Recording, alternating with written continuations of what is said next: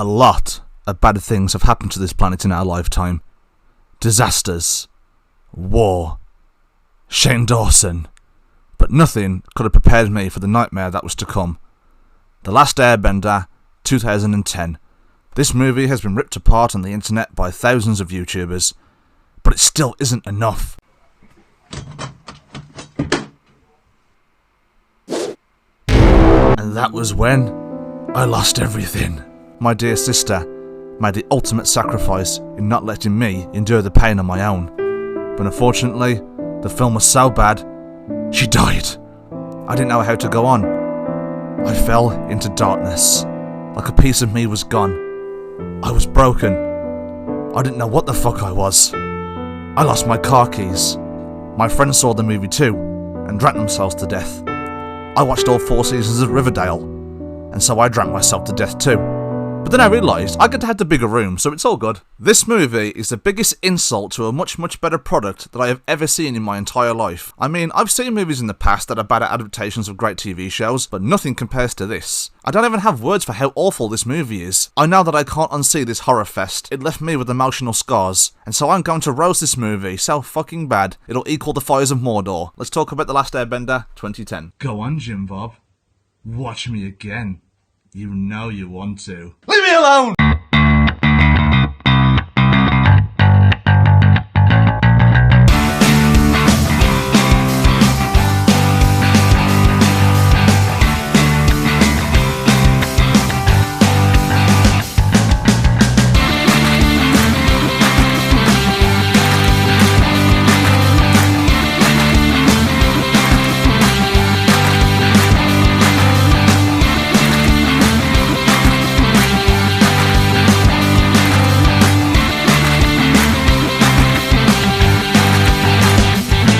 I want to give a quick spoiler warning, not necessarily because anyone gives a shit about me spoiling this film, but mainly because there will be slight spoilers for the Avatar The Last Airbender TV show. Okay, you've been warned.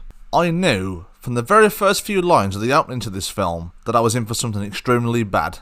The Avatar was the only... The what? The Avatar... I'm sorry, what? The Avatar... Are you being serious? The Avatar... Would it kill you to say it properly? So, I love Avatar The Last Airbender. It's probably the best animated show I have ever seen in my life. So I kind of knew the story already. So we have these two kids who are supposed to be Katara and Sokka, and this guy in particular, who's the same guy who played Jasper in Twilight, is nothing remotely like Sokka. He just walks around with the same look on his face the entire time, like, what's the matter, mate? Gagging for a shit, or are you miserable that you're in this film?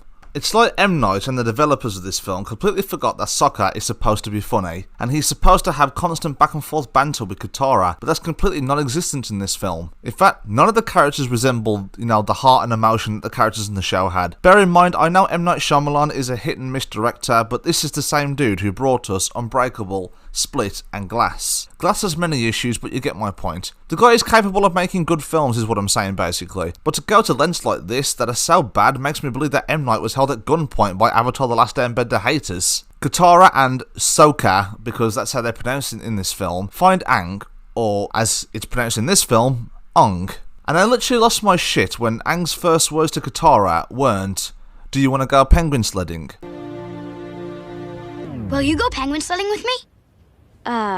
Sure, I guess. To me, those words about penguin sledding completely sum up Aang's character in the show. He's supposed to be this little kid who has this all-powerful ability to bend all 4 elements, while still being a kid who likes to play games. With Aang, on the other hand, there's no sign of that anywhere, and trust me, not even people who haven't seen the show will enjoy this character. This kid is a bad actor. I don't know what they were thinking. Within the first couple of scenes, the effects just look awful and fake. I could feel the life of the show being completely drained while watching it. Wait, either that or it was my own life.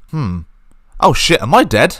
But what really grinds my balls on a cheese grater is the acting is incredibly poor in this film. Everyone is terrible, especially the kid who plays Aang. Where this movie's biggest failure comes from is it tries to shove an entire season into one movie. It's basically this film focuses on the events of season 1. They quickly jump from one place to the other place so quickly, and within 30 minutes I'm bored out of my fucking mind. They're already at the Northern Air Temple. That was fast, right? Before that, we get terribly shot action sequences, and these characters do all these fancy flips and hand movements before the element they're bending even comes out, and I don't remember it being this slow in the show. While they're they're busy doing all these weird hand movements and stuff, you could literally go over and stab them before the element even comes out. What I like quite a bit about the show is that Ozai is this mysterious character. He doesn't really turn up until the final few episodes, and there's always that mystery surrounding him. But in this movie, it's just, here he is, be scared, because he's the bad guy. That's another thing, you don't even know why the Fire Nation are bad in this film, which is another huge flaw this movie has. So if you haven't seen the show, you're just going to be like, oh, so they're bad because they're fire people, and fire bad, right? Things will just happen, and if you haven't seen the show, you'll just be completely and utterly confused. My sister was watching and didn't have a clue what was going on because she's still yet to see the show, so the film relies on stuff that's happened in the show and just expects the audience to know. Not everybody has seen Avatar The Last Airbender, so you've got to give the audience some kind of story to go off of. If you just rely on the exposition of the show, the people who haven't seen it are going to be confused as fuck, which is exactly what they do with what's supposed to be an epic and shocking reveal at the end when we see Azula. But if you haven't seen the show, you're not going to get anything out of it. Fuck me, this movie is terrible, because the film just rushes through the first season so rapidly. Stuff happens like Aang finding the spirit realm really quickly and with ease. It shows a very fast, undeveloped relationship between Sokka and the princess. Granted, it's not that stretched out in the show either, but if you see in the show, you'll know that Sokka is lonely and looking for love, so there's actually character development there. In this film, we don't get any character development at all. It's straight to the point like, hey, I'm the Avatar. Oh, cool, can you save us? Yeah, sure. It's fucking horse shit. So overall, an hour and 43 minutes in, and the film finally ends. It felt a hell of a lot longer. I don't think I hate a movie more than I hate this one. It's not quite as bad as Manos the Hands of Fate, but if you're gonna be bad, can you at least make a movie that's badly entertaining? And don't get me started on what they did with Zuko. He's played by the same guy who played the kid from Slumdog Millionaire for some reason, and he's terrible. By far, Zuko is the most well-developed and fleshed out character in the show. I'll even go as far to say that Zuko's redemption arc is better than Vader's from Star Wars. But in this film, he's completely wasted. And what matters worse is that Uncle Iroh, known as Iroh in this film, only brings up the word tea once. Fuck this movie. The Last Airbender is complete dog shit. It has nothing that the amazing, almost flawless show has. The show has good characters. This doesn't. The show has amazing story and narrative. This doesn't. And most importantly, the show has heart.